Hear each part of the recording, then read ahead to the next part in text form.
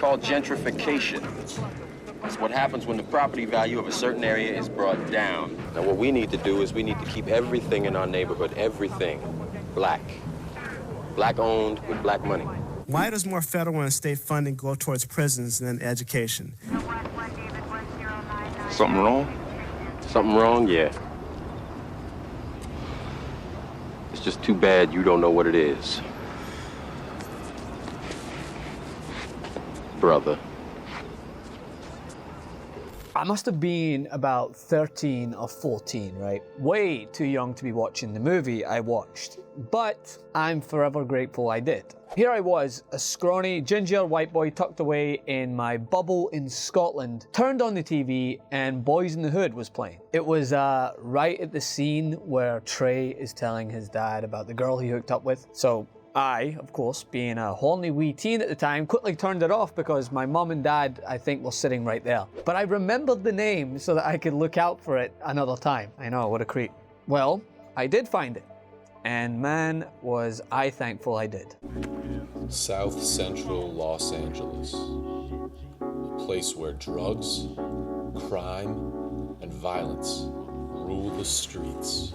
I had zero clue what this movie was about, other than it was part of Los Angeles, a part that wasn't often shown in the movies I knew. But I was curious and remember thinking about words that I didn't understand in the movie and wanting to know what they meant. Words like gentrification. To bring the property value down.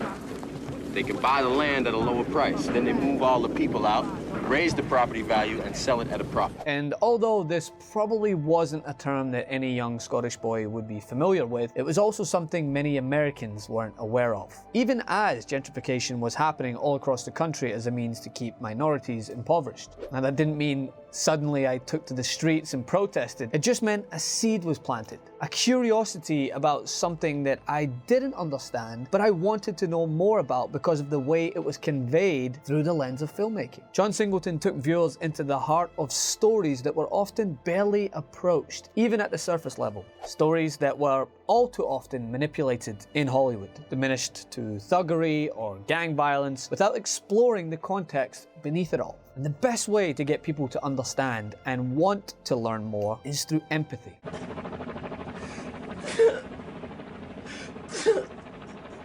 These characters were so relatable, even to me halfway across the world. They and the movie itself stuck with me. And then it must have been 7 years later when I stood in the Whittier College quad, a freshman in a foreign country with no idea what to study. I remember talking to a sociology professor about a class that explored gentrification in Los Angeles, that looked at redlining, at institutional injustices within the system, and there it was. That curiosity surfaced again and led me to want to know more, to find out more about a world that I had no idea about, but was only exposed to in snippets through movies, until that world was represented by the likes of John Singleton. And now when you see the impact of someone like Nipsey Hussle, someone who embodied the storytelling capabilities of John Singleton and sought to open more people's eyes to a world outside of what society has trained us to think about rural black communities, you realize how impactful this man was. He was a visionary and he was truly